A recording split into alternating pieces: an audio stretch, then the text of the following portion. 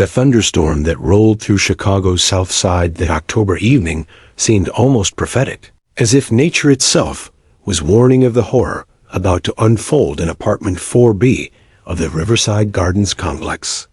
6-year-old Tommy Martinez had always been afraid of storms. But tonight, the real monster wasn't outside his window. It was in his living room, and it wore the face of the man his mother had married just 8 months earlier. Tommy pressed his small body against his bedroom door, his Batman pajamas damp with sweat as he listened to the escalating argument between his mother, Maria, and his stepfather, Jake Morrison. What had started as a quiet disagreement about money had rapidly spiraled into something far more sinister. Jake's voice, usually controlled and manipulative in public, had transformed into something unrecognizable, a guttural roar filled with rage and violence. "You think you can hide money from me?" Jake's voice boomed through the thin walls. "I know you've been stashing cash, you lying witch." Tommy's mother's voice was barely audible, trembling with fear. "Jake, please, Tommy's sleeping. We can talk about this tomorrow when you're not." The sound of a hand striking flesh cut through her words like a knife. Tommy flinched as if he'd been hit himself, his small hands flying to cover his ears. But he couldn't block out his mother's sharp cry of pain, or the terrifying thud that followed as she hit the floor. Through the narrow crack between his door and the frame, Tommy watched in paralyzing terror as Jake towered over his mother's crumpled form. The man who had once brought him ice cream and promised to be the father he'd never had was now unrecognizable. Jake's face was twisted with fury, his eyes bloodshot from the bottle of whiskey he'd been nursing since dinner.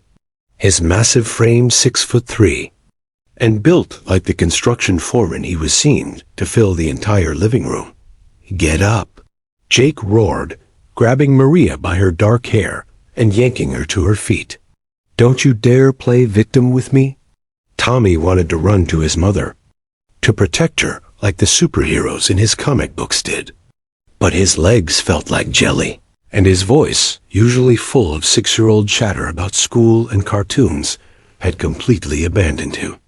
All he could do was watch through that crack, his young mind trying desperately to process what was happening to the woman who had tucked him into bed just 2 hours earlier, reading him stories about brave knights and happy endings. The real horror began when Jake spotted the baseball bat in the corner, Tommy's own Little League bat, a gift from his biological father, who had died in Afghanistan when Tommy was just 3. Jake grabbed it with both hands, testing its weight, with the cold calculation of someone who had clearly done this before. "You want to play games?" Jake's voice had dropped to a menacing whisper that was somehow more terrifying than his shouting. "Let's play games." What happened next would haunt Tommy's nightmares for months to come. Jake swung the bat with vicious precision, not at Maria, but at everything around her, a psychological torture designed to show her exactly what he was capable of. The coffee table exploded into splinters. The television screen shattered in a shower of sparks and glass. Picture frames containing Tommy's artwork from kindergarten crashed to the floor, their glass cutting deep gouges in the hardwood. With each swing, Jake's rage seemed to intensify rather than diminish. He demolished the bookshelf that held Tommy's favorite bedtime stories, sending "Goodnight Moon" and "Where the Wild Things Are" flying across the room like wounded birds. The couch where Tommy had spent countless mornings watching cartoons while eating cereal was overturned, its cushions slashed open with a kitchen knife Jake had grabbed from the counter. "This is what happens when you lie to me," Jake screamed, punctuating each word with another devastating blow. "This is what happens when you think you can outsmart me." Maria cowered against the wall, her face streaked with tears and blood from where Jake had struck her. Her desperate pleas for mercy only seemed to fuel his fury further. She kept glancing toward Tommy's bedroom door, terrified that her son might emerge and become Jake's next target. Tommy's small body shook uncontrollably as he watched his entire world being systematically destroyed. The apartment that had been his sanctuary, filled with his mother's laughter and the smell of her homemade empanadas, was transforming into a war zone. Every familiar object that had once brought him comfort was being obliterated by the man who was supposed to protect him. Then, in a moment that would replay in Tommy's mind like a broken record for months to come, Jake suddenly stopped his rampage and turned toward the bedrooms. His chest heaved with exertion, his face glistening with sweat and something that looked disturbingly like satisfaction. The bat hung loosely in his grip, its wooden surface now stained with debris from his destruction. "Where is he?" Jake's voice was deadly quiet. "Where's the little brat hiding?" Tommy's blood turned to ice. Through the crack in the door, he could see Jake's eyes scanning the hallway, searching for him with the focused intensity of a predator who had caught the scent of prey. Maria's face went completely white, her maternal instincts overriding her own terror. "He's not here," she lied desperately. "He's at my sister's house for the weekend, remember?" But Jake wasn't buying it. Tommy watched in horror as his stepfather began walking slowly toward the bedrooms, the bat dragging behind him and leaving scratches in the wooden floor like claw marks. Each step brought him closer to Tommy's hiding place, and the little boy knew with absolute certainty that if Jake found him, something terrible would happen, something that would make everything he'd already witnessed look like a children's game. In that moment of pure terror, as Jake's shadow fell across his bedroom door, Tommy's mind simply couldn't take anymore. The trauma was too overwhelming, too incomprehensible for a 6-year-old's brain to process. Like a computer overloaded with data, his consciousness simply shut down, retreating to some deep, safe place where the monsters couldn't reach him. When the police finally arrived 3 hours later, responding to frantic calls from neighbors who had heard the commotion, they found Tommy exactly where his terror had left him, curled into a tight ball under his bed, clutching a faded photograph of his father in his army uniform. His eyes were open but completely vacant, staring at nothing. He didn't respond to their voices, their gentle touches, or their attempts to coax him out. Officer Patricia Wells, a 20-year veteran who had seen every kind of domestic violence case imaginable, later told her colleagues that she had never encountered a child so completely traumatized. It was as if Tommy Martinez had simply disappeared inside himself, leaving behind only an empty shell that breathed but couldn't speak, moved but couldn't feel.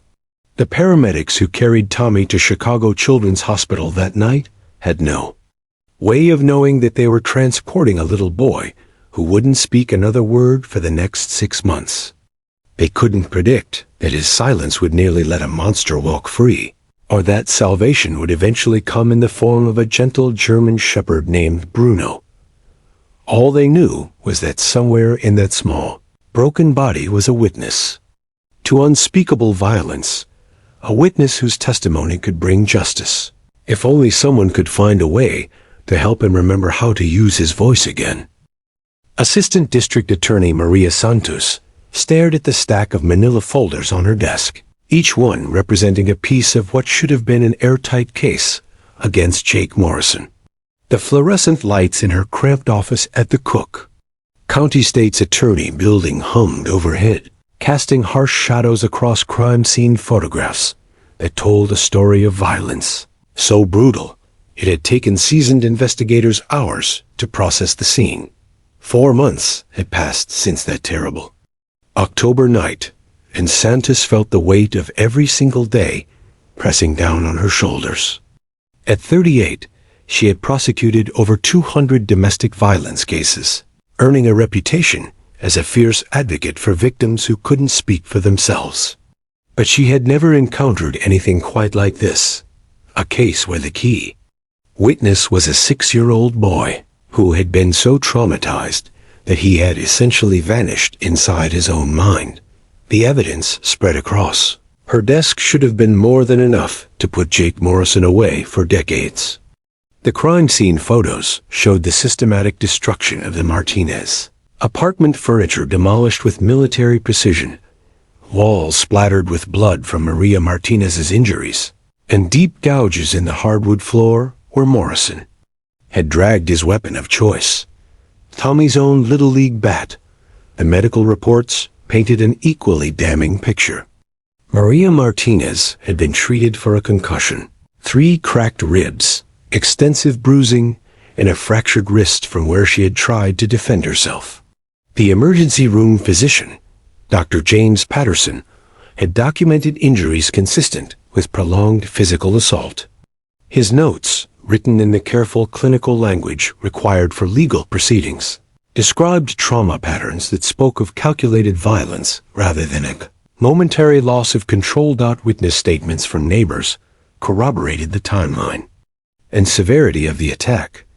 Mrs. Chun from apartment 4A had called 911 after hearing screaming, crashing, and sounds like someone was tearing the place apart. Mr. Rodriguez from across the hall had seen Morrison leaving the building at approximately 2:30 a.m., his clothes disheveled and what appeared to be blood on his hands. The building's security camera had captured Morrison's image as he fled, his face clearly visible, and his expression showing no remorse, only cold calculation. But Morrison's defense team, led by the notorious criminal attorney Richard Stone, had found the one fatal flaw in what should have been a prosecutor's dream case. Without Tommy's testimony, everything else was circumstantial. Stone, whose reputation for getting violent offenders acquitted was legendary in Chicago's legal circles, had already filed a motion arguing that the state couldn't prove Morrison's intent or the specific sequence of events without eyewitness testimony.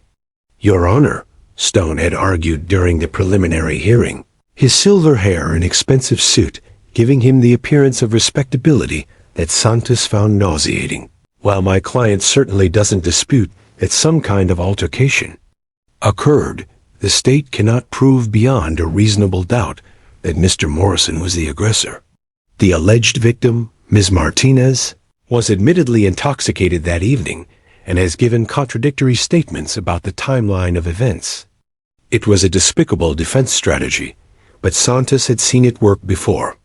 Stone was skilled at creating doubt where none should exist, at twisting victim testimony and exploiting technicalities. Without Tommy's first-hand account of what he had witnessed, Stone could argue that Maria Martinez might have been the aggressor, that Morrison had acted in self-defense, or that some unknown third party had been responsible for the violence. Santos pushed back from her desk and walked to the window overlooking the Chicago River. The February snow was falling heavily, blanketing the city in deceptive beauty that masked the ugliness lurking beneath.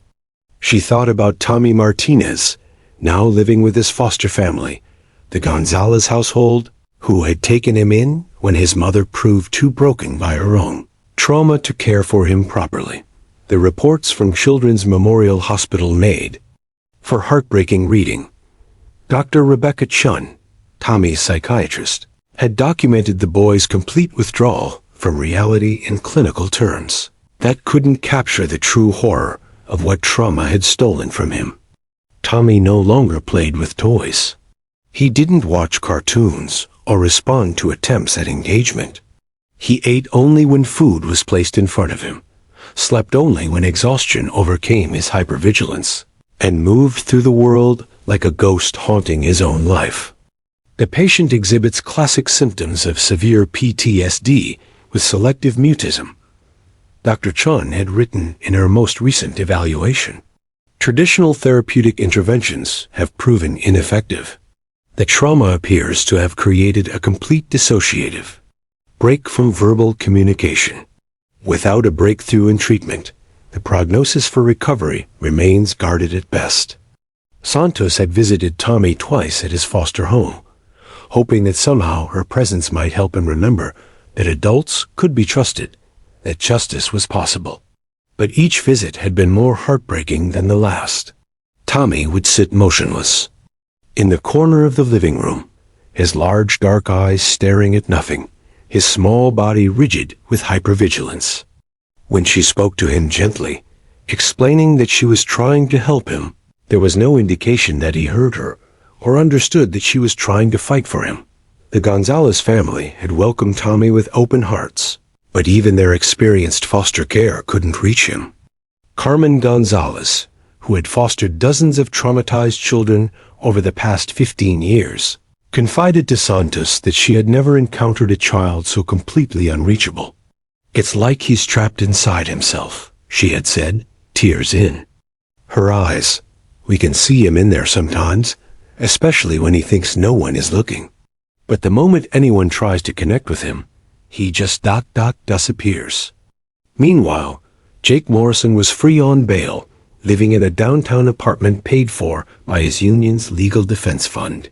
He had returned to work at Morrison Construction, his family's business, where he supervised crews with the same authoritarian control that had characterized his relationship with Tommy's mother. Santos had received reports from her investigators that Morrison showed no signs of remorse or behavioral change. If anything, he seemed emboldened by the legal system's inability to hold him accountable.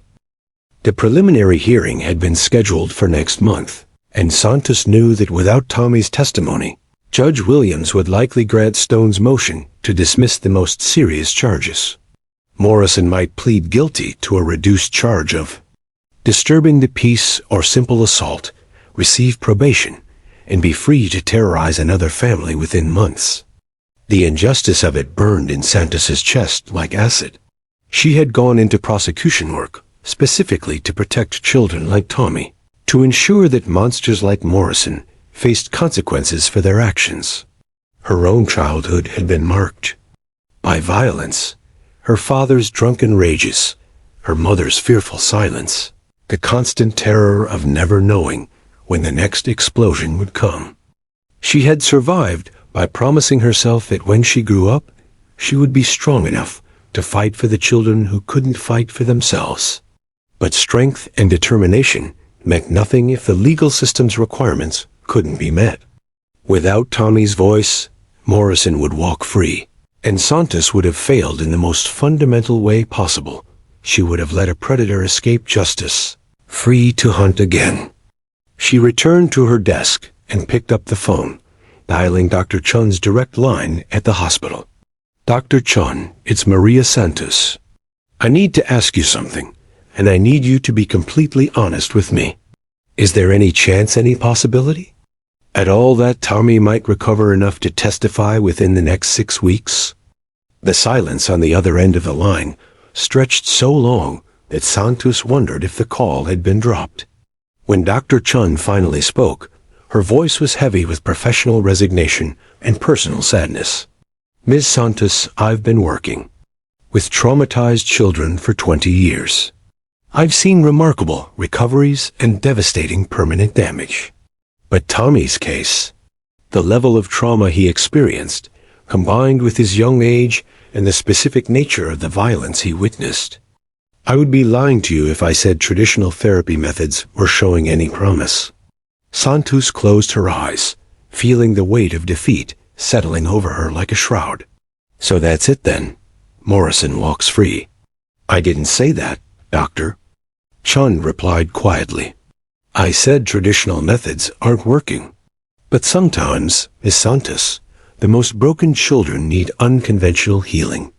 I've been reading about some experimental approaches, alternative therapies that might reach children when human connection fails. It's a long shot, but if you're willing to consider options outside the standard playbook." For the first time in weeks, Santos felt a flicker of hope pierce through her despair. "Doctor, at this point, I'm willing to consider anything. Tell me what you have in mind." As Dr. Chun began to explain her research into animal-assisted therapy and courthouse facility dogs, Santos stared at the photograph of Tommy that she kept on her desk, a school picture from kindergarten that showed a bright-eyed little boy with a gap-toothed grin, taken just 2 months before his world collapsed into silence. She made a silent promise to that smiling child. She would find a way to give him his voice back, no matter how unconventional the method. Justice for Tommy Martinez would not be denied, even if it meant rewriting the rules of how the legal system served its most vulnerable victims. The real fight was just beginning. Detective Ray Foster had been chasing leads for 3 sleepless days when he stumbled across the article that would change everything. It was 2:30 a.m., and he sat hunched over his laptop in the nearly empty bullpen of Chicago PD's Special Victims Unit, surrounded by empty coffee cups and the ghosts of cases that haunted his dreams. The fluorescent lights buzzed overhead, casting harsh shadows across his weathered face as he scrolled through research databases, desperately searching for anything that might help Tommy Martinez find his voice. Foster had worked hundreds of domestic violence cases in his 22 years on the force. But Tommy's case had gotten under his skin in a way that surprised even him. Maybe it was because the kid reminded him of his own nephew, or maybe it was the way Tommy's silence seemed to echo with all the unspoken pain Foster had witnessed over the years. Whatever the reason, he couldn't let this one go, couldn't accept that Jake Morrison might walk free simply because a traumatized child couldn't speak. The article, buried deep in a criminal justice journal, was titled Innovative Approaches to Child Witness Testimony, the Seattle Courthouse Therapy Dog Program. Foster's tired eyes widened as he read about children who had been able to testify with the help of specially trained dogs, about courtrooms that had been transformed from places of terror into spaces where healing could begin. The program had started 5 years earlier when a family court judge in Seattle noticed that children seemed more relaxed during custody hearings when a therapy dog was present in the courthouse lobby. What began as an informal observation had evolved into a groundbreaking initiative that paired traumatized child witnesses with certified therapy dogs, trained specifically for courtroom environments. The statistics were remarkable. 78% of participating children who had previously been unable to testify successfully provided testimony with a therapy dog present. Even more impressive were the long-term outcomes. Children who testified with canine assistance showed significantly lower rates of re-traumatization and faster recovery times compared to traditional testimony methods. Foster immediately called the Seattle program coordinator, Dr. Jennifer Walsh, despite the early hour. To his surprise, she answered on the second ring, her voice alert and professional. Dr. Walsh, this is Detective Foster with Chicago PD. I'm calling about your courthouse therapy dog program. We have a child witness case here that, let me guess, Dr. Walsh interrupted gently. Traditional therapy isn't working. The child won't speak, and you're running out of time before trial? Exactly. How did you know? Because those are the cases we specialize in, detective. The children that everyone else has given up on. Tell me about your witness. Foster spent the next hour describing Tommy's case, Tommy's complete withdrawal, and the legal implications of his silence. Dr. Walsh listened without interruption, occasionally asking clarifying questions about the timeline and the severity of Tommy's trauma. What you're describing sounds like complex PTSD with selective mutism, she said finally. We've seen similar cases here. The good news is that dogs can often reach children when humans can't. The therapeutic relationship forms differently. There's no expectation of verbal communication, no pressure to perform or please. Dogs simply exist in the moment with the child, providing unconditional acceptance and emotional grounding. Do you think it could work for Tommy? I think it's worth trying. But you'll need a local dog and handler team. Training a courthouse therapy dog takes months, and from what you've described, you don't have that kind of time. Foster's heart sank. So we're back to square one? Not necessarily. Let me make some calls. We've been consulting with programs across the country. There might be someone in your area who's been working on similar initiatives. 3 hours later, Dr. Walsh called back with a name. Sergeant Lisa Rodriguez, Chicago PDK 9 Unit. She's been developing a courthouse therapy dog program for the past year, Dr. Walsh explained. They have one dog that's completed the basic certification. It might be exactly what you need. Foster drove across the city to the K-9 training facility as the sun was rising over Lake Michigan. A sprawling complex housed dozens of police. Dogs, German Shepherds, Belgian Malinois, and Labrador Retrievers trained for everything from drug detection to search and rescue. The air was filled with the sounds of barking and the sharp commands of trainers working with their canine partners. Sergeant Rodriguez met him in the parking lot. A compact woman in her early 40s with graying hair, pulled back in a practical ponytail, and eyes that held both warmth and professional intensity. "Ray Foster?" she asked, extending a firm handshake. "Dr. Walsh filled me in on your situation. I have to warn you, what we're attempting is still experimental. There are no guarantees. At this point, experimental is all we have left," Foster replied. Rodriguez led him through the facility, past training obstacles and practice scenarios, to a quieter section of the building. Traditional police dogs are trained to be assertive, to control situations and respond to threats, she explained, as it ends. They walked. But therapy dogs require the opposite skill set. They need to be calm under pressure, responsive to human emotions, and completely non-threatening. It takes a very special temperament.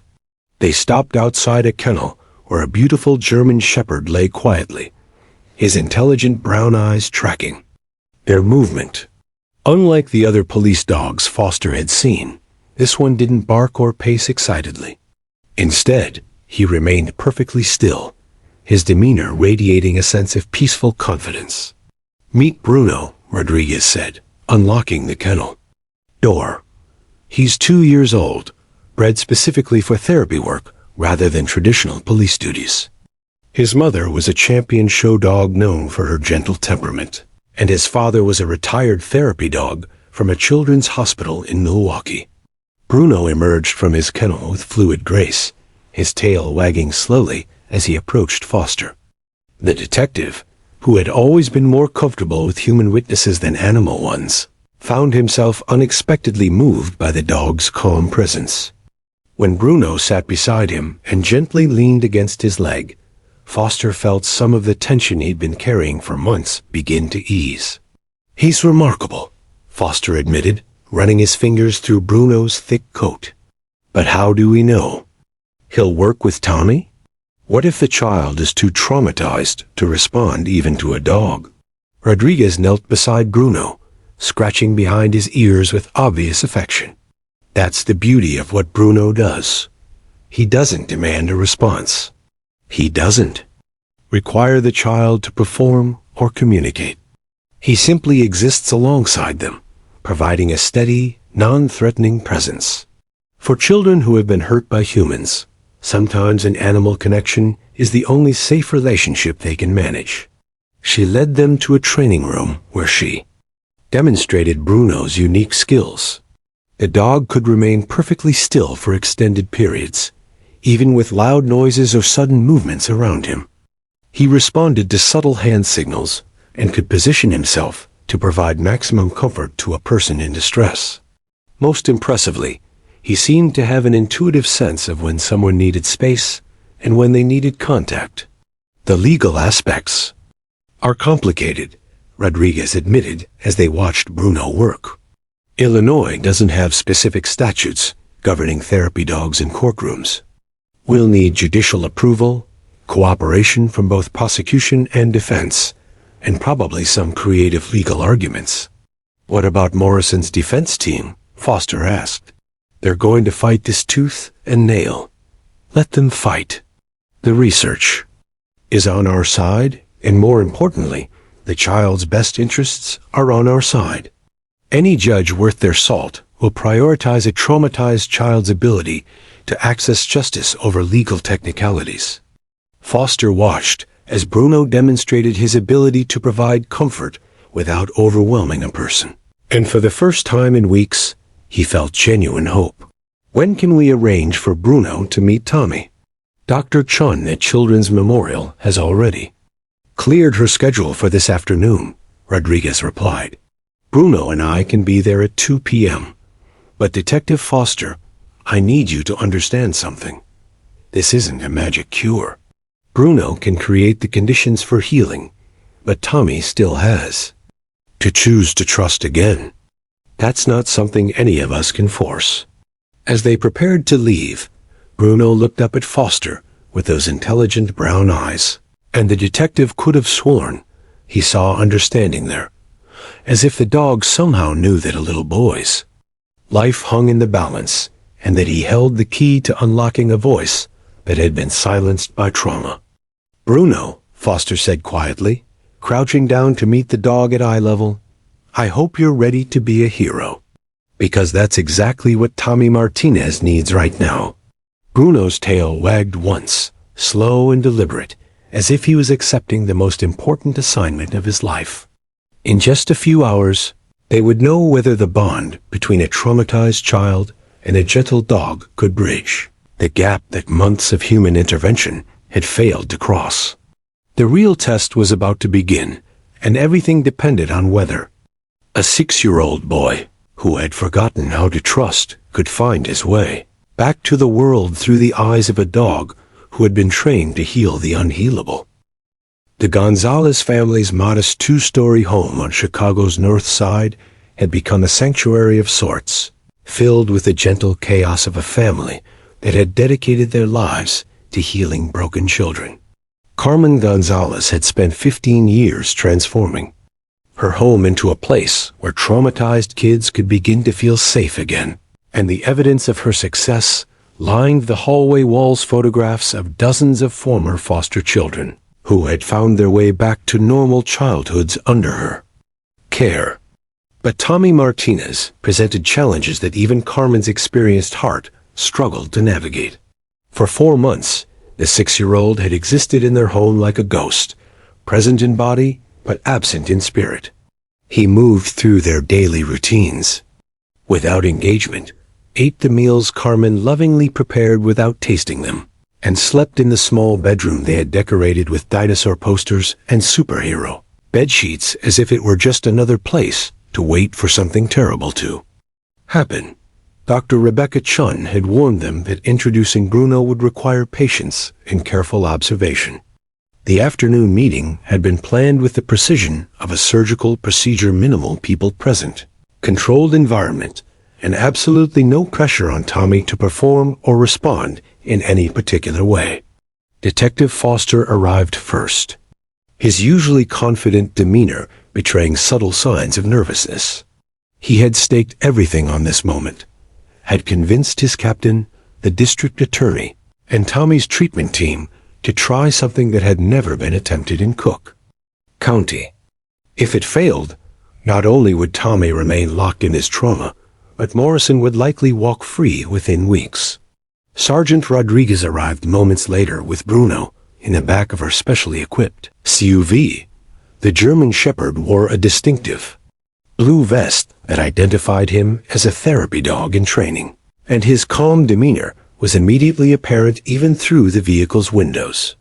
He sat perfectly still, alert but not anxious, as if he understood the importance of what was about to happen. "How's Tommy been today?" Foster asked Carmen as they watched Rodriguez prepare Bruno for the meeting. Carmen's expression was a mixture of hope and heartbreak, the same as always.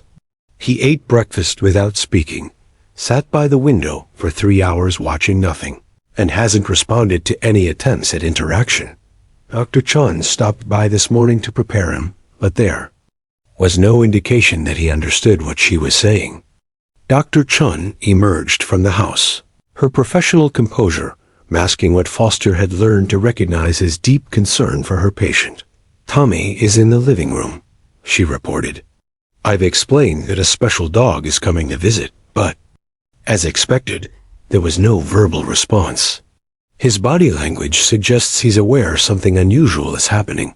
He's more hypervigilant than usual.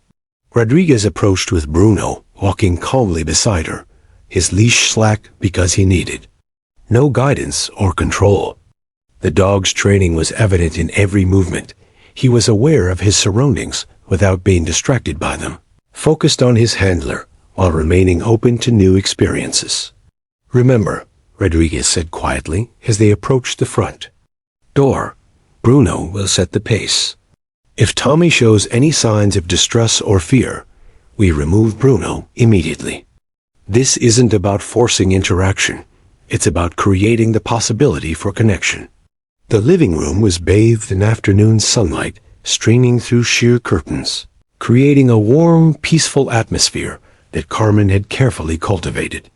Tommy sat in his usual spot, the corner of the couch closest to the window, his small body pressed against the armrest as if he were trying to disappear into the furniture. He wore a clean blue t-shirt and jeans, his dark hair neatly combed. Like Carmen that morning, but his eyes held that familiar vacant stare that had become his default expression. Bruno entered the room with Rodriguez, and the change in atmosphere was immediately palpable. The dog's presence seemed to bring a sense of calm that even the adults could feel. He didn't look directly at Tommy or approach him. Instead, he settled on the carpet near the center of the room, lying down with his head resting on his paws, as if this were the most natural thing in the world. For the first 10 minutes, nothing happened. Tommy remained motionless in his corner, his gaze fixed on some invisible point beyond the window. Bruno lay equally still, his breathing deep and even, creating a peaceful counterpoint to the tension that filled the room. The adults spoke in whispers when they spoke at all, afraid that any sudden noise might shatter whatever delicate process was beginning. Then, so slowly that Foster almost missed it, Tommy's eyes shifted. Just slightly, just enough to glance in Bruno's direction before quickly returning to the window. It was the first time in months that anyone had seen Tommy voluntarily look at something new in his environment. Dr. Chun made a note on her pad, her excitement carefully controlled. This tiny movement represented more progress than months of traditional therapy had achieved. Tommy had acknowledged Bruno's presence, which meant his awareness was expanding beyond the protective tunnel vision that had become his survival mechanism. Over the next 20 minutes, Tommy's glances became more frequent and lasted slightly longer. Bruno remained perfectly still, his patience seemingly infinite. The dog's calm breathing and relaxed posture created an aura of safety that gradually began to penetrate Tommy's defensive walls. Then came the moment that would be remembered by everyone present as the first real breakthrough. Tommy shifted his position on the couch. Not much, just a slight adjustment that moved him a few inches closer to where Bruno lay. It was such a small movement that an untrained observer might have missed it entirely. But to Dr. Chun, it represented a monumental shift in Tommy's internal landscape. "He's considering approach," she whispered to Rodriguez. "This is the first time he's voluntarily moved toward anything or anyone since the trauma." Bruno seemed to sense the significance of the moment. Without lifting his head or changing his relaxed position, his tail moved just once, a slow, gentle wag that somehow conveyed welcome without demand. The movement was so subtle and non-threatening that it didn't trigger Tommy's hypervigilance. But it was enough to communicate peaceful intent. The afternoon continued with a series of microscopic progressions. Tommy's body language gradually shifted from rigid defensive posture to something slightly more relaxed. His breathing, which had been shallow and quick for months, began to deepen. Most remarkably, his hypervigilant scanning of the room, a constant behavior that had worried his caregivers, began to slow as his attention became increasingly focused on Bruno. By the end of the 2-hour session, Tommy had moved to the opposite end of the couch, still maintaining distance, but now facing in Bruno's direction. When Rodriguez finally stood to leave, Tommy's eyes tracked the movement with what Dr. Chun later described as the first expression of concern she had seen him display since the trauma. It was as if he was worried that this source of calm was about to disappear from his life. "Can we come back tomorrow?" Rodriguez asked Carmen, though her question was really directed at Tommy. For the first time in 4 months, Tommy Martinez responded to a direct question. He didn't speak, but he nodded just once, almost imperceptibly, but unmistakably a conscious response to human communication. Carmen burst into tears. Foster felt his throat tighten with emotion he hadn't expected. Even Dr. Chun, trained in professional detachment, had to blink back tears as she documented this breakthrough in Tommy's treatment file. As Rodriguez prepared to leave with Bruno, the dog did something unexpected. Instead of walking directly to the door, he approached Tommy's couch and sat quietly about 3 feet away.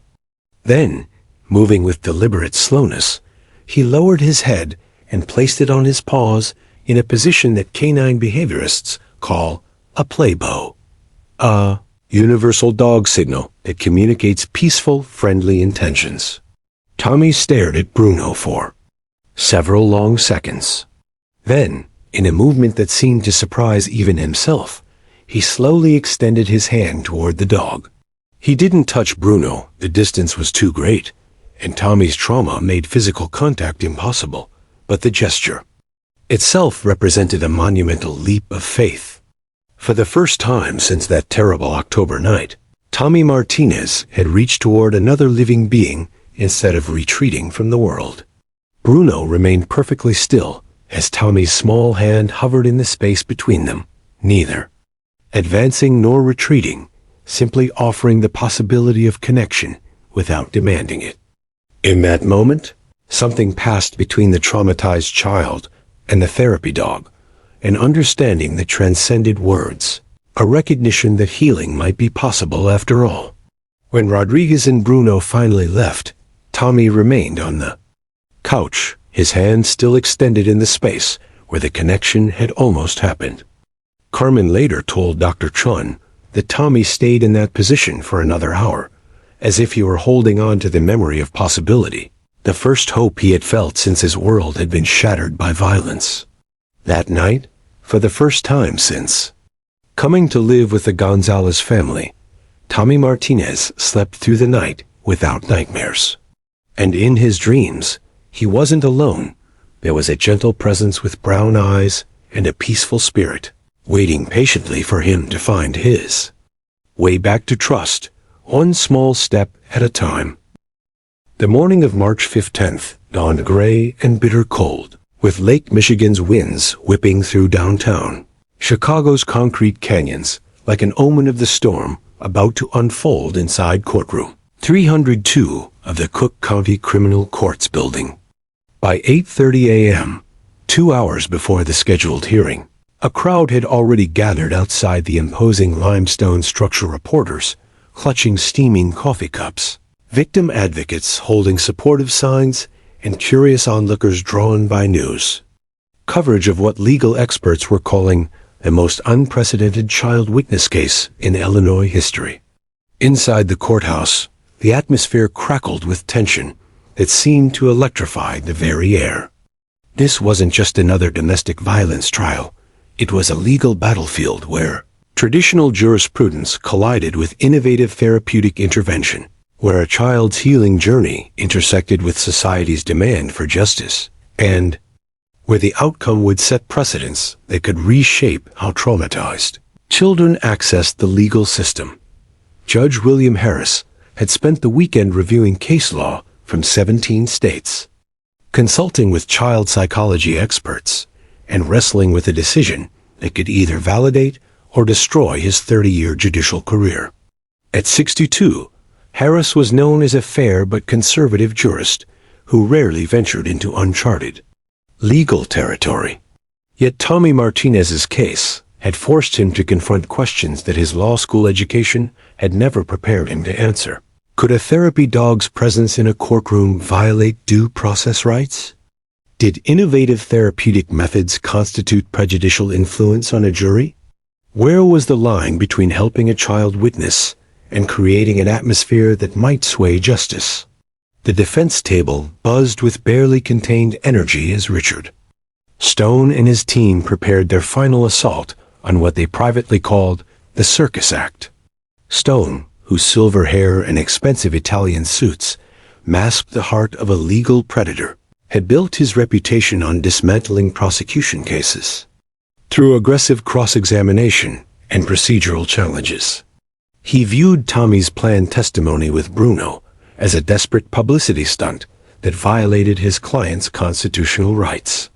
"Your Honor," Stone had argued in his written brief, "allowing an animal in the courtroom during testimony creates an inherently prejudicial atmosphere that denies my client a fair trial.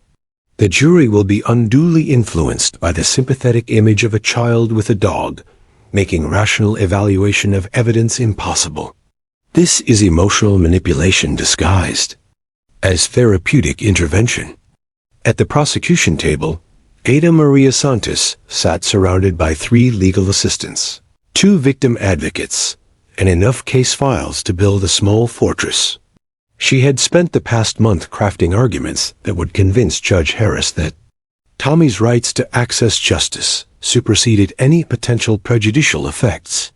Her opening brief had cited landmark cases involving child witnesses, medical literature on trauma recovery, and constitutional principles that protected vulnerable victims from being silenced by legal technicalities. But Santos knew that all her legal arguments would mean nothing if Tommy couldn't actually testify when the moment came. Despite 6 weeks of daily sessions with Bruno, the child's progress remained fragile and unpredictable. He had begun speaking to Bruno in whispers during their private sessions at the Gonzalez home, single words at first, then short phrases and occasionally complete sentences.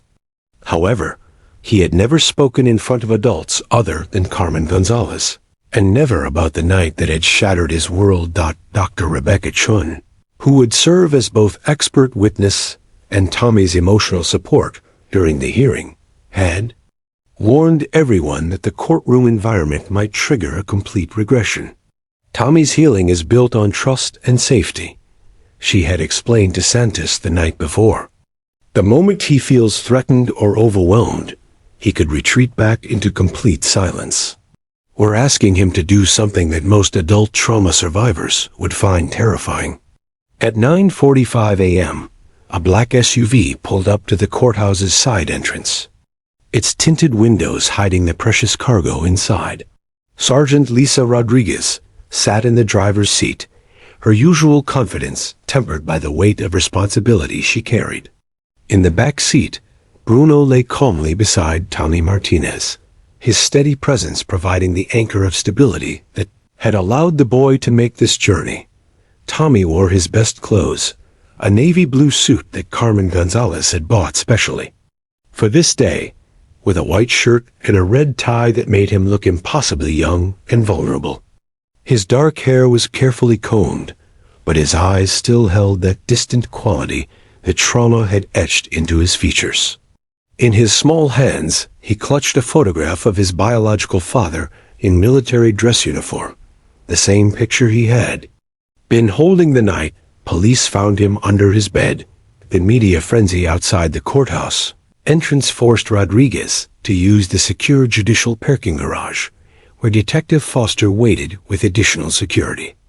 As they made their way through the building's maze of corridors, Bruno remained perfectly positioned beside Tommy, his therapy vest clearly identifying his official role.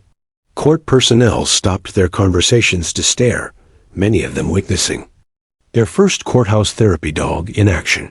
The actual courtroom was a study in architectural intimidation: high ceilings, dark wood paneling, and formal seating that seemed designed to remind everyone present of the law's awesome power. Judge Harris's bench towered above the proceedings like a throne, while the jury box sat empty, waiting to be filled with 12 citizens who would decide Jake Morrison's fate. Morrison himself sat at the defense table, his appearance carefully crafted to project respectability. His union had paid for expensive clothes and a professional haircut that transformed the brutal construction foreman into something resembling a successful businessman.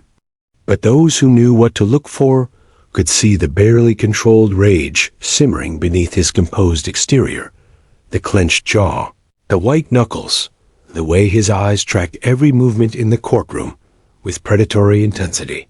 When Tommy entered the courtroom with Bruno, the effect was immediate and electric. Conversations died mid-sentence. Court reporters looked up from their stenograph machines. Even the bailiffs, accustomed to seeing everything the legal system could produce, found themselves staring at the small boy and his canine companion making their way down the center aisle. Tommy's steps were hesitant but steady, his small hand resting lightly on Bruno's head as the dog guided him toward the witness stand with the precision of a trained professional. Dr. Chun walked slightly behind them, her presence providing additional psychological support, while remaining unobtrusive enough not to interfere with the legal proceedings. Jake Morrison's reaction to seeing his stepson was visceral and immediate. Despite his lawyer's coaching about maintaining composure, his face flushed red with what observers would later describe as barely contained fury. His massive frame tensed in his chair, and for a moment, it seemed as though he might leap up and charge toward the witness stand.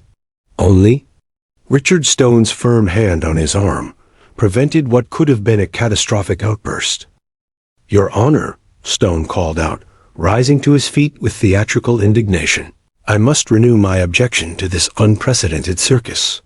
The presence of an animal in your courtroom violates established precedent and creates an atmosphere of prejudice." "That objection noted and overruled, Mr. Stone," Judge Harris interrupted, his voice carrying an edge of steel that suggested his patience with the defense's theatrics was wearing thin. "I have reviewed the relevant case law and consulted with experts in both child psychology and constitutional law. This court finds that the minor witness's right to access justice supersedes concerns about unconventional testimony procedures.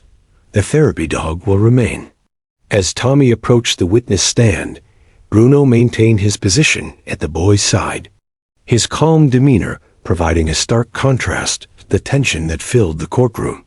The specially designed witness area had been modified to accommodate both child and dog, with a comfortable chair placed at a height that would allow Tommy to speak into the microphone while keeping Bruno close enough to provide emotional support.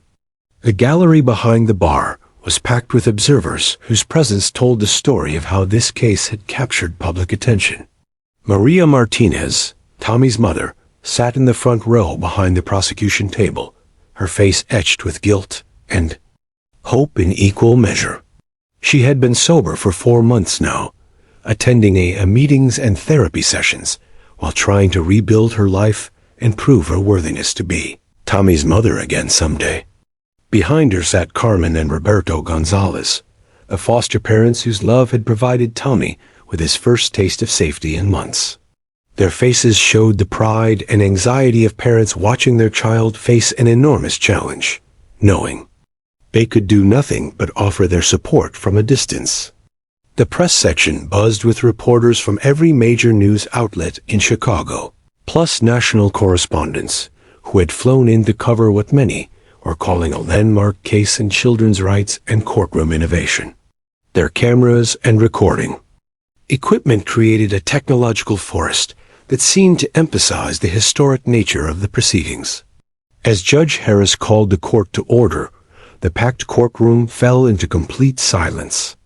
Every person present understood that they were witnessing something unprecedented, a moment where legal tradition bent to accommodate healing, where a traumatized child's needs took precedence over procedural formality, and where a gentle German shepherd named Bruno would help determine whether justice could triumph over the silence that trauma had imposed. Tommy Martinez sat in the witness chair, his small frame dwarfed by the formal surroundings, his hand resting on Bruno's head like a lifeline to sanity.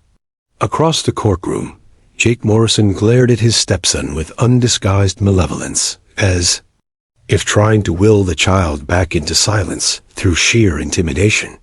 But Tommy was no longer the broken boy who had hidden under his bed 6 months earlier. With Bruno's steady presence anchoring him to the present moment, he was ready to face his tormentor and speak the truth that would finally set him free. A silence in courtroom 302 was so complete that the soft whir of the ventilation system sounded like a hurricane. Tommy Martinez sat in the witness chair, his legs barely reaching the edge of the seat, his small hand resting on Bruno's golden head as the therapy dog positioned himself perfectly beside the stand. Every eye in the packed courtroom was focused on the 6-year-old boy, whose words could either bring justice or allow a monster to walk free. Ada Maria Santos approached the witness stand with the careful deliberation of someone walking through a minefield. She had rehearsed this moment 100 times, crafting questions that would be gentle enough not to re-traumatize Tommy, while being specific enough to establish the legal facts needed for conviction. Her voice, when she finally spoke, was barely above a whisper, warm, maternal, and utterly non-threatening. "Tommy, can you tell me your name?" The boy's lips moved slightly, but no sound emerged. His dark eyes darted around the courtroom, taking in the sea of faces staring at him with expectation. The weight of their attention seemed to press down on him like a physical force, and his breathing became shallow and rapid, the telltale signs of an approaching panic attack. Dr. Rebecca Chun, seated at the prosecution table as Tommy's therapeutic advocate, watched with professional concern as the child's stress levels spiked. His knuckles were white where he gripped Bruno's fur, and his body had gone rigid with the familiar hypervigilance that trauma had programmed into his nervous system. Bruno sensed the distress immediately. Without being commanded or guided, the German Shepherd shifted his position slightly, pressing his warm body more firmly against Tommy's leg while maintaining the calm, steady breathing that had become Tommy's anchor during their months of therapy sessions. The dog's intuitive response was exactly what his training had prepared him for, to provide grounding and emotional regulation when a child's nervous system began to dysregulate. "It's okay, Tommy," Santos continued, her voice carrying infinite patience. "Take your time. Would you like to pet Bruno?" Tommy's hand, which had been frozen in Bruno's fur, began to move in slow, gentle strokes. The repetitive motion seemed to calm his breathing, and some of the rigidity left his small frame. In the gallery, Carmen Gonzalez clutched her husband's hand so tightly that her knuckles had gone white, silently willing the boy she had come to love like her own son to find the courage buried somewhere deep inside his trauma. At the defense table, Richard Stone watched with predatory intensity, ready to object the moment he sensed any coaching or leading of the witness. Beside him, Jake Morrison's face had darkened to a dangerous shade of red, his massive hands clenched into fists as he stared at the stepson, who held the power to destroy his life. The tension radiating from Morrison was so palpable that the bailiff had positioned himself strategically, ready to intervene if the defendant made any sudden movements. "Tommy," Santos tried again, "can you tell me where you live now?" This time, Tommy's lips moved and a sound emerged so soft that even the court reporter had to lean forward to catch it. With ... with Carmen and Roberto. The words were barely audible, but they sent a ripple of hope through the prosecution side of the courtroom. Tommy had spoken. After 6 months of silence, he had found his voice in this most intimidating of settings. Santos felt her heart racing with cautious optimism, but she knew the hardest questions were still to come. "That's very good, Tommy. Carmen and Roberto take good care of you, don't they?" "Yes."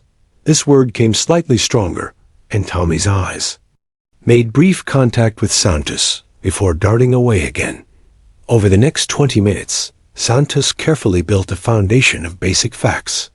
Tommy's age, his school, his favorite color, his relationship with Bruno, simple questions that allowed him to practice using his voice while establishing his credibility as a witness. With each answer, Tommy seemed to gain a tiny increment of confidence. though his responses never rose above a whisper. The courtroom remained perfectly still throughout this gentle interrogation, everyone understanding that they were witnessing something unprecedented and fragile. Even the court reporters had adjusted their equipment to capture the softest speech, and the spectators in the gallery seemed to be holding their collective breath. Then Santos reached the crucial moment, the point where she would have to ask Tommy about the night that had shattered his world. She had debated for weeks about how to approach this topic, consulting with child psychologists and trauma experts about the best way to help Tommy access memories that his mind had worked so hard to suppress. "Tommy, I need to ask you about something that happened a while ago. Something scary that happened in your apartment. Do you remember living in an apartment with your mommy and Jake?" At the mention of Jake's name, Tommy's entire body tensed as if he had been struck by electricity. His breathing became rapid and shallow again, and his free hand began to shake visibly. Bruno immediately responded, shifting position to press more of his body against the child while maintaining his calm, steady presence. From the defense table, Morrison's glare intensified, and for a terrifying moment, it seemed as though he might try to intimidate his stepson into silence through sheer malevolent will. Judge Harris noticed the defendant's behavior and issued a quiet but firm warning. "Mr. Morrison, you will maintain appropriate courtroom demeanor, or you will be removed." Santos waited patiently as Tommy struggled with the flood of memories and emotions that Jake's name had triggered. She could see the internal battle playing out on his face, the part of him that wanted to retreat back into protective silence, warring with the part that knew he needed to speak his truth. "Tommy," she said gently, "Bruno is right here with you. You're safe. Can you tell me if you remember that night when there was a lot of noise and scary things happened?" Tommy's hand stilled in Bruno's fur, and his eyes closed tightly as if he were trying to block out images that were forcing their way into his consciousness. When he opened them again, there were tears threatening to spill over, but there was also something else, a spark of determination that hadn't been there before. He broke everything," Tommy whispered, his voice so quiet that even with amplification, people in the back of the courtroom had to strain to hear. The impact of these words was immediate and electric. This was the first time Tommy had voluntarily spoken about the traumatic event to anyone other than Bruno during their private sessions. Santos felt her pulse quicken, but she forced herself to maintain the same gentle, patient tone. "Who broke everything, Tommy? Can you tell me who was in the apartment that night?" Tommy's eyes darted across the courtroom, and for one heart-stopping moment, they landed on Jake Morrison's face. The recognition was immediate and visceral. 6 months of healing and therapy couldn't erase the primal terror that Morrison's presence triggered in the child's nervous system. But instead of retreating into silence as everyone feared he might, Tommy did something that surprised even Dr. Chun. He looked down at Bruno, whose steady brown eyes gazed back at him with infinite patience and acceptance. The dog's presence seemed to remind Tommy that he was no longer helpless, no longer alone, no longer the terrified child hiding under his bed. With Bruno's strength flowing through him like a transfusion of courage, Tommy Martinez slowly lifted his small arm and pointed directly at his stepfather. His voice, while still barely above a whisper, carried clearly through the dead-silent courtroom as he spoke the 2 words that would change everything: "Bad man." The effect was instantaneous and devastating. Jake Morrison jerked backward in his chair as if he had been physically struck, his carefully maintained facade of innocence crumbling in an instant. Richard Stone's confident smirk vanished as he realized that his entire defense strategy had just collapsed with 2 simple words from a traumatized child. In the gallery, Maria Martinez began sobbing, tears of relief, guilt, and pride mixing together as she watched her son find the courage to speak his truth. Carmen Gonzalez covered her mouth with both hands, tears streaming down her face as the boy she had helped heal finally found his voice in the place where it mattered most. But perhaps the most powerful reaction came from Tommy himself. After months of being trapped in silence, of having his trauma hold his voice hostage, he had finally spoken the words that his tormentor had tried to steal from him. With Bruno's steadying presence beside him, and the truth finally spoken aloud, Tommy Martinez began to cry not from fear or pain, but from the profound relief of a child who had finally found his way back to his own voice. The courtroom remained frozen in that moment, everyone understanding that they had just witnessed something extraordinary, the moment when a child's courage overcame his trauma, when justice found its voice through the healing power of an unbreakable bond between a little boy and his four-legged guardian angel. The words "bad man" hung in the air of courtroom 302 like a thunderclap that had frozen time itself. For several heartbeats, the only sound was Tommy's quiet sniffling as tears of relief streamed down his young face. Then the courtroom erupted into barely controlled chaos as the implications of his testimony rippled through the packed gallery like an earthquake. Jake Morrison's carefully constructed mask of innocence didn't just slip, it shattered completely. His face contorted with rage so pure and violent that several spectators in the front row instinctively recoiled. The massive construction foreman lunged forward in his chair, his hands gripping the defense table with enough force to make the wood creak ominously. "You little," Morrison snarled, his voice carrying the same menacing tone that had haunted Tommy's nightmares for months. "Mr. Morrison." Judge Harris's gavel came down like a gunshot, cutting through Morrison's outburst with judicial authority. "You will control yourself, or you will be removed from this courtroom immediately." But Morrison was beyond control now. Months of maintaining a false front of respectability had crumbled in the face of his stepson's devastating testimony. He started to rise from his chair, his 6'3" frame towering over the defense table, his eyes locked on Tommy with predatory hatred that made everyone in the courtroom understand exactly what kind of monster they were dealing with. Two bailiffs moved with practiced efficiency, flanking Morrison before he could take a single step toward the witness stand. Their hands rested on their weapons, ready to use whatever force necessary to protect the child witness. The larger bailiff, a veteran named Sergeant Mike O'Brien, who had seen every kind of courtroom drama in his 20-year career, positioned himself directly between Morrison and Tommy. "Sir, you need to sit down right now," O'Brien commanded, his voice carrying the quiet authority of someone who had dealt with dangerous men before. Morrison's defense attorney, Richard Stone, grabbed his client's arm with desperate force, his usual theatrical composure replaced by genuine panic. His entire defense strategy had just collapsed, and now his client was about to make everything infinitely worse with a public outburst that would remove any lingering doubt about his capacity. For violence. "Jake, sit down," Stone hissed urgently. "You're destroying any chance we have left." For a moment that stretched like eternity, Morrison stood frozen between his lawyer's desperate pleas and his rage-fueled desire to silence his stepson permanently. His massive hands were clenched into fists, his breathing was ragged, and his face had turned a dangerous shade of purple that spoke of barely contained violence. In the witness stand, Tommy had pressed himself back against his chair, his small body trembling with the familiar terror that Morrison's presence always triggered.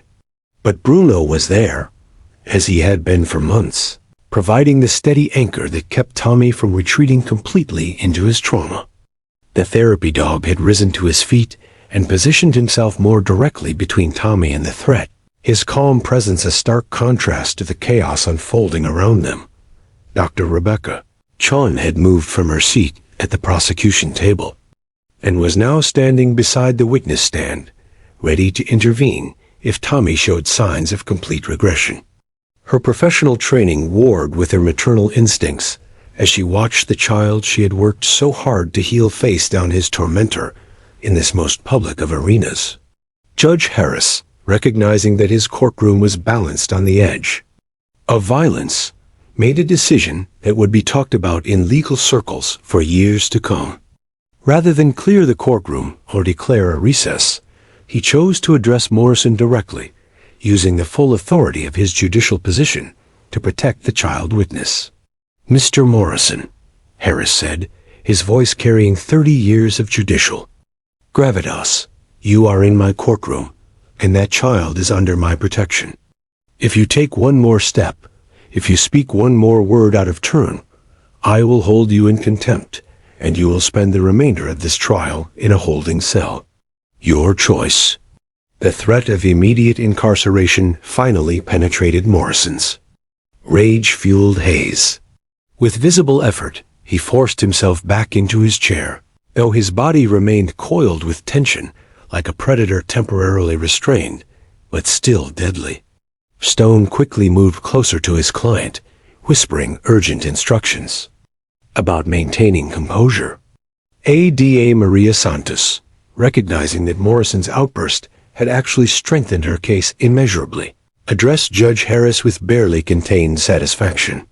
"Your Honor, I believe the defendant's reaction to the witness's testimony speaks volumes about the truthfulness of the child's account." "Objection," Stone called out desperately. "The prosecution is attempting to prejudice the court based on my client's emotional response to—" "Overruled," Judge Harris interrupted. "Mr. Stone, your client's behavior is part of the record now. The court has observed his reaction to the witness's testimony, and it will be noted accordingly." With order restored, Santos continued her examination of Tommy, but she knew that the most crucial moment had already passed. Tommy's identification of Morrison as the bad man, combined with the defendant's violent reaction, had provided more compelling evidence than hours of expert testimony could have achieved. "Tommy," Santos said gently, her voice bringing the child's attention back to her, "you've been very brave today. Is there anything else you remember about that scary night?" Tommy looked down at Bruno, whose steady presence had never wavered despite the chaos around them. The dog's calm brown eyes seemed to give him strength, and when Tommy looked up again, his voice was slightly stronger than before. "He hurt Mommy," Tommy said, the words carrying across the silent courtroom with devastating clarity. "He broke my bat. He scared me." These additional details, delivered in Tommy's whispered but unwavering voice, painted a picture of domestic terrorism that no defense attorney could argue away. Combined with the physical evidence, the medical reports, and Morrison's own courtroom behavior, Tommy's testimony had transformed the case from a difficult prosecution into an ironclad conviction. Over the next hour, Santos carefully guided Tommy through additional details, while Stone's objections became increasingly desperate and futile. The defense attorney's strategy of attacking the credibility of a traumatized child looked increasingly heartless in the face of Tommy's obvious sincerity and Morrison's demonstrated capacity for violence. When Tommy's testimony finally concluded, Judge Harris dismissed him with words that would echo through the legal community for years. "Thank you, Tommy. You've shown tremendous courage today, and this court is honored by your bravery." As Tommy walked out of the courtroom with Bruno at his side, followed by Dr. Chung and surrounded by protective bailiffs, he held his head higher than he had in months. The boy who had entered the courthouse that morning, still trapped partially in his trauma, was leading as a survivor who had found his voice and used it to speak truth to power. The trial's conclusion came with swift inevitability. Stone's closing argument, delivered to a jury that had witnessed Morrison's threatening behavior firsthand, fell on deaf ears. The prosecution's case, anchored by Tommy's devastating testimony and bolstered by overwhelming physical evidence, was unassailable. The jury deliberated for exactly 97 minutes, barely long enough to elect a foreman and review the charges. Their verdict was unanimous on all counts: guilty of aggravated domestic battery, guilty of child endangerment, guilty of terroristic threatening, and guilty of destruction of property. When the verdict was read, Jake Morrison showed no emotion, but his hands trembled slightly as the reality of his situation finally penetrated his consciousness. He would be sentenced to 25 years in the Illinois Department of Corrections, with no possibility of parole for at least 15 years. In the gallery, Maria Martinez wept tears of relief and gratitude, finally understanding that her son's nightmare was truly over. Carmen and Roberto Gonzalez held each other tightly, their hearts bursting with pride for the brave little boy who had become their son in every way that mattered. But perhaps the most significant moment came when Tommy, watching the proceedings from Dr. Chon's office via closed-circuit television, saw Morrison being led away in shackles. For the first time in 8 months, Tommy Martinez smiled a real, genuine smile that spoke of a child who finally understood that monsters could be defeated, that bad men could be stopped, and that sometimes even the smallest voice could change everything.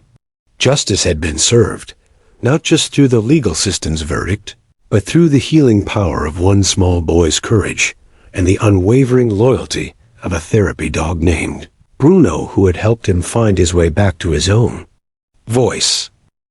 1 year after that historic day in Courtroom 302, the morning sun streamed through the windows of the Gonzalez family's kitchen, illuminating a scene that would have seemed impossible during those dark months when Tommy Martinez lived in silent terror.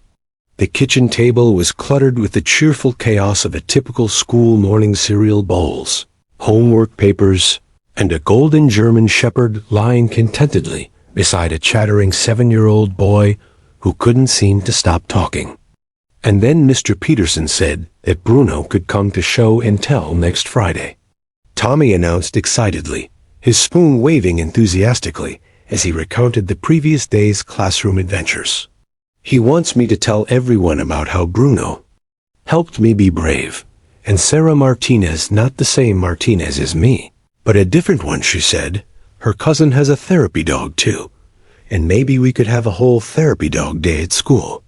Carmen Gonzalez paused in her morning routine of packing lunches, her heart swelling with the same wonder she felt every morning when she heard Tommy's voice fill their home with joy. The transformation from the silent, traumatized child who had arrived at their doorstep 18 months ago to this confident, talkative boy still amazed her daily.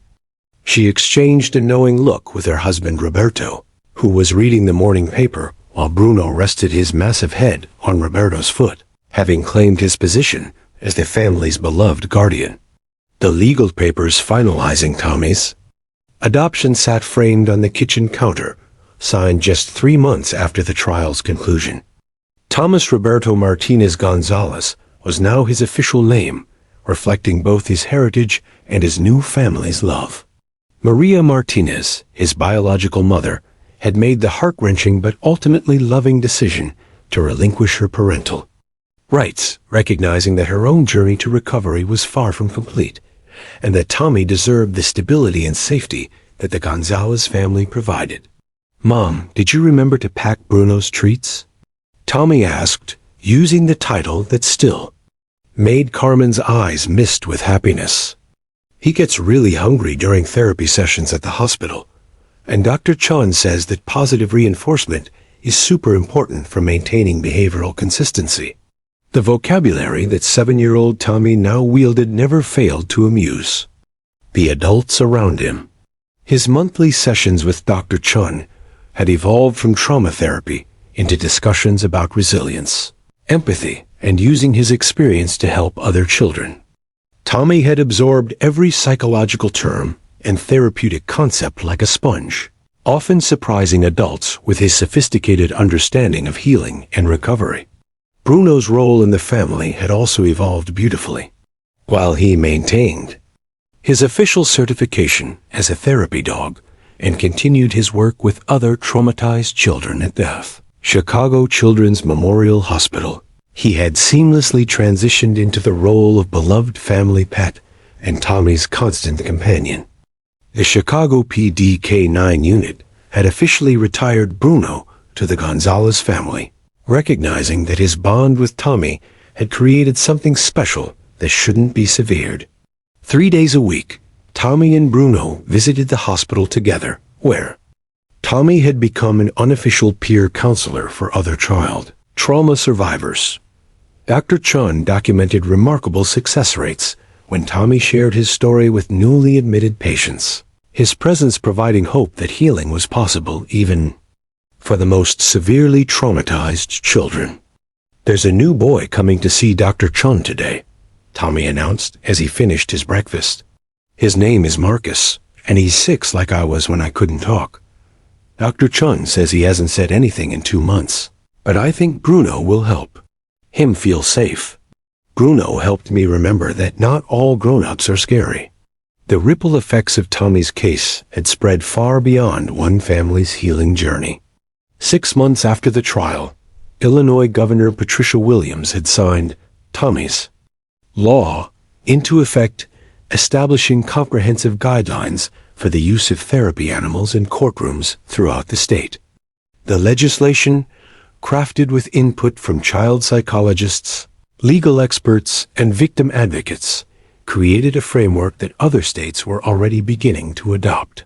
Ada Maria Santos had been promoted to chief of the Special Victims Unit, her success in Tommy's case serving as a catalyst for innovative approaches to prosecuting crimes against children. She kept a photo of Tommy and Bruno on her desk, a daily reminder that sometimes the most important victories required thinking beyond traditional legal boundaries. Detective Ray Foster had partnered with Sergeant Lisa Rodriguez to expand the courthouse therapy dog program throughout Cook County. 5 additional dogs had completed certification, and the program had assisted in securing convictions in dozens of cases involving child witnesses. Foster often joked that Bruno had taught him more about effective investigation techniques than his 20 years of police experience. The national media attention surrounding Tommy's case had brought unexpected opportunities.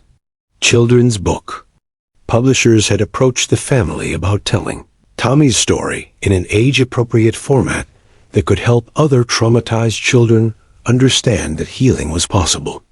Tommy, with his newfound confidence and surprising maturity, had embraced the project enthusiastically. "I want other kids to know that it's okay to be scared, but you don't have to stay scared forever," Tommy had told the illustrator during their first meeting. "Sometimes the best help comes with 4 legs and a waggy tail." Jake Morrison remained incarcerated at Menard Correctional Center, serving his 25-year sentence with no possibility of parole for 15 years.